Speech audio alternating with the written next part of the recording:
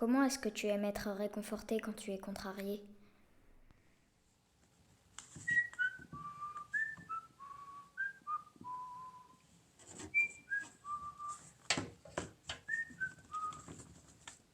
Mon Dieu, la contrariété arrive. Oh là là, qu'est-ce que je suis contrariée. Qu'est-ce que je veux bien pouvoir faire? Ah, enfin Edith, tu sais bien, prends ton doudou, fais-lui un câlin. Voilà, alors lorsque je suis contrariée, effectivement, je vais me reposer, m'installe dans la chambre, je respire calmement. Bien, je fais un câlin à mon chien qui s'appelle Bulle, ou bien je joue de la musique.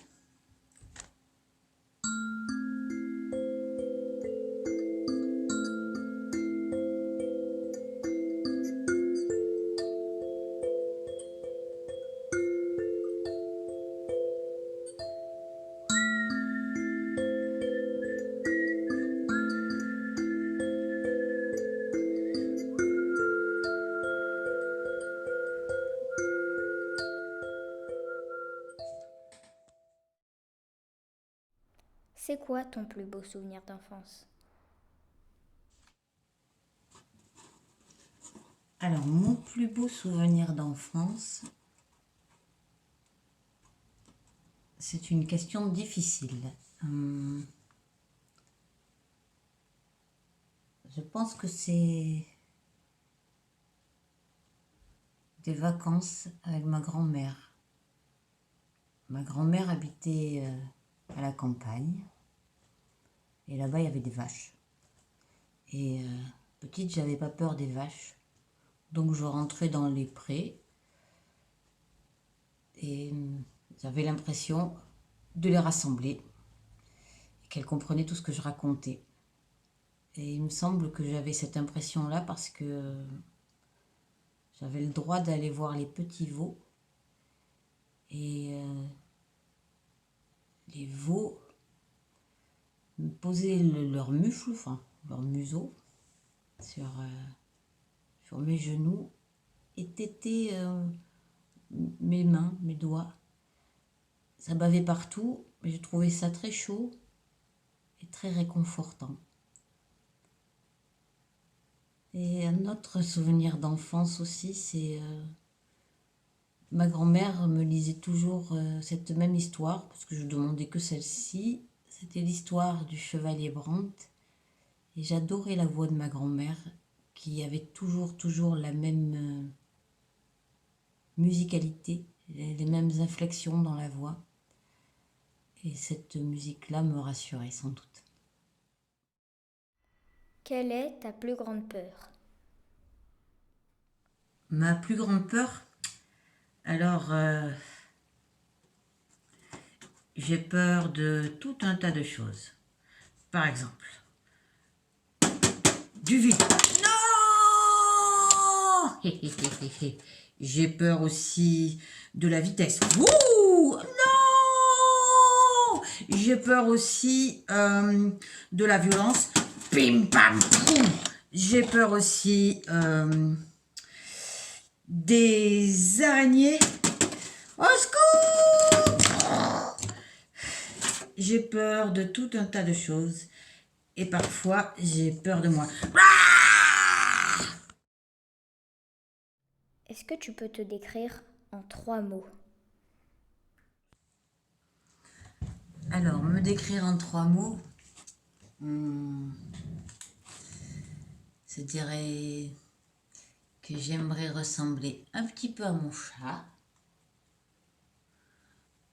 un petit peu à mon chien, un petit peu à mon cochon d'Inde. Mon cochon d'Inde, c'est Capucine, mon chat Maïs et mon chien Bulle. Et puis là, ça ferait ça. On va dire que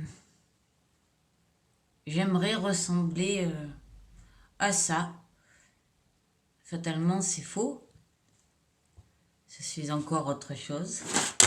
Alors, on va dire que je ressemble à ça, brune avec des lunettes. Et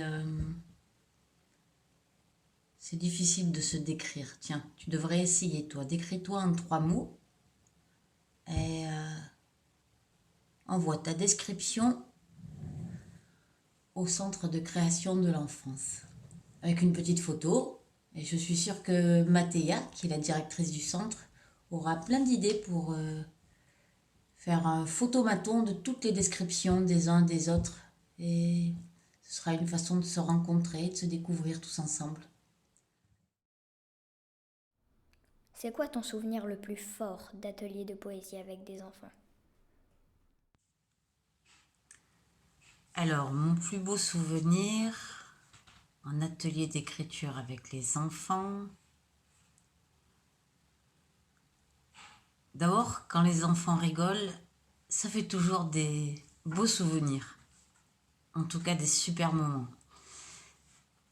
Et le plus beau souvenir, c'est Michael. J'étais au fin fond du Morvan. Et Michael, il était mauvais en français, mais j'aime pas dire ça. Et disons qu'il est...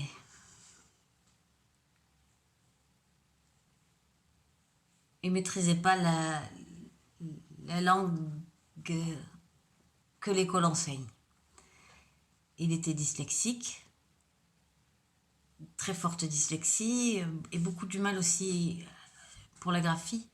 Et on fait un petit atelier d'écriture, je demande aux enfants d'écrire un petit souvenir, et ensuite de lire. Alors enfin bref, et Michael au départ n'a pas voulu lire, ensuite il a bien voulu qu'un camarade lise, mais le camarade n'arrivait pas à le relire. Il a bien voulu que je le lise, son texte, mais pareil, je ne suis pas arrivée à le relire, parce qu'il y avait beaucoup de pointus, de piquants, il y avait des petites bogues dans sa manière d'écrire. Et en fait, finalement, il est allé le lire, et ça a été un texte qui racontait comment la semaine d'avant, il avait aidé son papa à mettre au monde un veau, et que les veaux, lorsqu'ils naissent, il faut leur frotter le museau, comme ça, avec de la paille, pour activer le sang, et puis qu'ils se mettent plus vite sur leurs pattes. Et en fait, Michael, sans le savoir, il écrivait avec la même paille que celle avec laquelle il avait mis sur pied et accueilli ce petit veau. Il avait de la paille dans son écriture, Michael, avec des petits morceaux de paille qui poussaient partout. Et à la fois très fragile et à la fois ça donne la vie. En fait, les ateliers d'écriture, c'est super parce que il y a plein d'inattendus, de belles surprises. Point de vue, tu en dis quoi? Alors, le point de vue, je crois que le point de vue permet de voir une virgule de vie. Tu peux me lire un de tes poèmes? Alors, je vais vous lire L'anorthographe me rend malade, un petit livre édité par le Centre de création pour l'enfance de Tinqueux, collection Petit Va. Et au Centre de création pour l'enfance, vous avez des tas d'autres livres avec des tas d'autres poètes à découvrir dans la collection Petit Va ou dans la revue Va. Voilà. Hop.